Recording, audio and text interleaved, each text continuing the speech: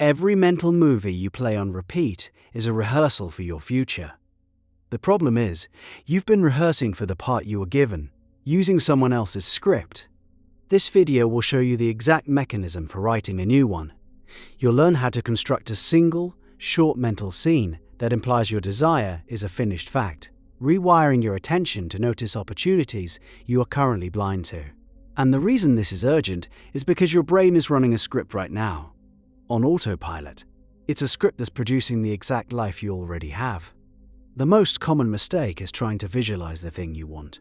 You close your eyes and see the new car in the driveway, the $1 million in the bank account, the award on the shelf. This feels intuitive. It's also completely backwards. When you visualize a goal as something out there, separate from you, you are cementing the experience of wanting it. Your brain gets very good at the feeling of lack. It registers the gap between you and the object of your desire. The scene you are rehearsing is the scene of chasing, and so your reality becomes one of perpetual chase. You are training your nervous system to be an expert in longing. The emotional signature is one of yearning, of absence. That feeling is the actual instruction you are giving to your mind. So if the direct, head-on visualization of the goal is a trap, what is the alternative? The key is to shift your focus from the moment of getting to the moment just after. The goal is to create a scene that would only happen if your wish were already a concrete reality. It must be a simple, mundane, almost boring event. Think about it. When a desire is fulfilled, it stops being a big deal. It just becomes a normal part of your life. That feeling of naturalness is the target. For example, instead of seeing a check for $1 million, you construct a scene where you're idly talking to a friend and you mention your recent investments offhandedly. Or you overhear a conversation about rising rent and you feel a quiet, settled sense of complete non-concern. You aren't celebrating. You are simply living in a state where that previous problem is a non-issue. The power is in the implication. A congratulatory scene still focuses on the event of receiving. A scene of normal life after the event focuses on the state of being. You have to find an action that logically follows the fulfillment of your desire. What would you be doing, saying, or thinking as a natural consequence of having what you want? This requires a bit of creative thinking, because you're looking for the ripple, the echo. But once you find this simple, implied scene, you have the raw material. The next step is to make it feel so real that your brain can't tell the difference between a memory and a rehearsal. Now you have the event, a short, simple action that implies your wish is fulfilled. Let's make it physical. Your nervous system learns through sensory experience, both real and imagined. So you must load your scene with as much sensory detail as you can muster. Let's use an example. Your desire is to be a successful author. The wrong scene is imagining yourself winning a big award. The right scene is you, 6 months later, annoyed because you have to interrupt your new writing project to answer a routine email from your agent. Feel the specific weight of the coffee mug in your hand. What material is it? Is it warm? Smell the coffee. Hear the specific dull click of your keyboard. See the light from your monitor reflecting on the desk. Is it daytime or night? What are you wearing? Can you feel the fabric of your chair? These details are the language of the subconscious mind. Vague images have very little impact. A scene rich with sensory data starts to feel like an actual memory. You are giving your brain a memory of the future. The more senses you engage, the more neural real estate you are dedicating to this new reality. The brain processes imagined sensory input in the same regions it processes real sensory input. A vividly imagined scene is, to your neurons, an event that has already occurred. This creates a powerful cognitive dissonance, a conflict between the memory you've just installed and the world your eyes are seeing. But there's one final ingredient that ignites the whole process. It's the one that most people miss entirely. The true purpose of the sensory scene is to generate a specific feeling.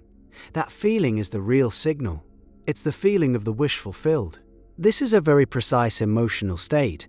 It's often mistaken for excitement or euphoria, but its actual signature is much quieter. It's the feeling of relief. It's satisfaction. It's the calm, settled feeling of a problem being solved. Think of a time you were intensely thirsty, you finally get a glass of water. The feeling you have after that first long drink is the target. It's a quiet ah of completion. The tension is gone. The searching is ended. That is the feeling you are aiming to generate with your scene. All the sensory details, the implied actions, they are just a runway to help you arrive at this emotional destination. When you are in your scene, don't just see it, feel the emotional state that goes with it. The feeling is the fulfillment. You loop the scene again and again for only a few minutes until that specific feeling of quiet relief saturates your awareness. You are looking to get so familiar with this feeling that you could call it up on demand. Because once you can do that, you've started to change your core state of being. And this isn't just a psychological trick. There's a deep biological reason why this works. Your brain operates as a prediction machine. It holds an internal model of who you are and what your world is like. It then constantly compares incoming sensory data against this model. When there's a match, everything feels normal. When there's a mismatch, the brain generates an error signal. This error signal is what drives you to act, to change your behavior until the outside world matches the internal model. A vivid, sensory-rich, emotionally charged scene acts as a powerful update to that internal model. You are intentionally creating a mismatch. You are installing a new belief: I am the person for whom this is normal.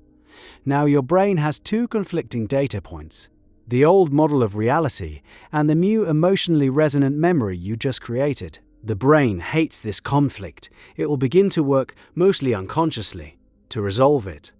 What does that look like? You'll start noticing things you never saw before. An article, a conversation, an opportunity. These things were likely there all along, but they were filtered out because they didn't match your brain's old model of reality. Your attention is retuned. You will also find yourself making slightly different choices, saying things you might not have said before, taking small actions that are more in line with the person in your scene. You are being guided by the new model. The imagined scene starts to steer your perception and behavior to create its counterpart in the physical world.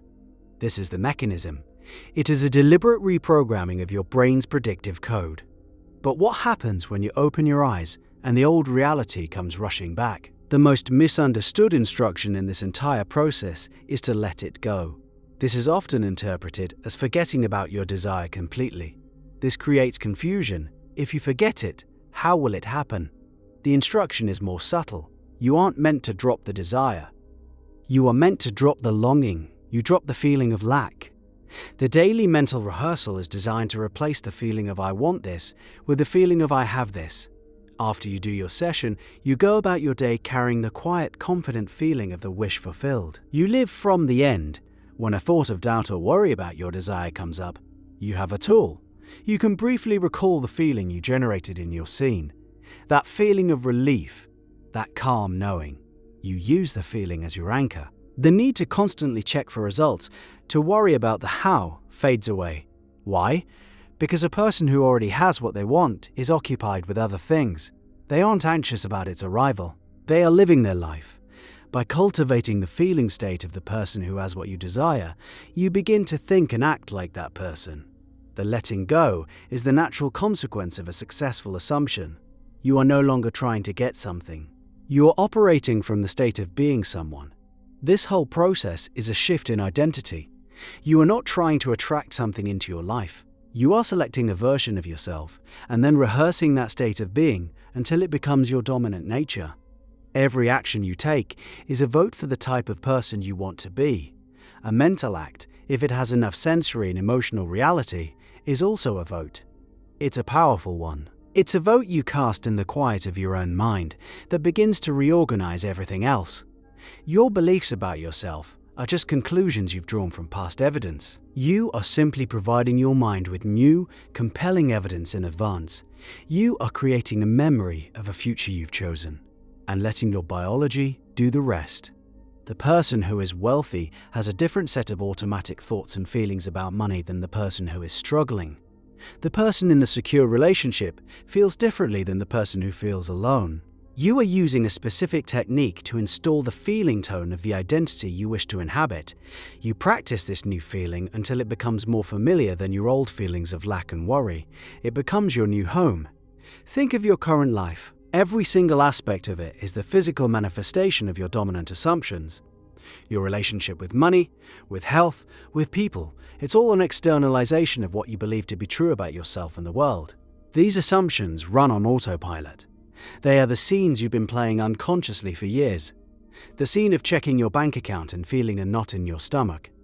The scene of expecting a difficult conversation. The scene of feeling overlooked. These are all mental rehearsals that have hardened into reality. They feel solid because you've practiced them thousands of times. The technique is a conscious intervention into that process. It's a decision to stop running the old, default script. You are choosing a new scene, a new feeling, a new assumption, and you are practicing it with the same diligence that established the old patterns. It requires a little discipline, a few minutes each day, but the work is internal. It is quiet, it is precise. Your current reality is just the result of the scenes you have been running on autopilot for years. Which scene will you choose to run tonight?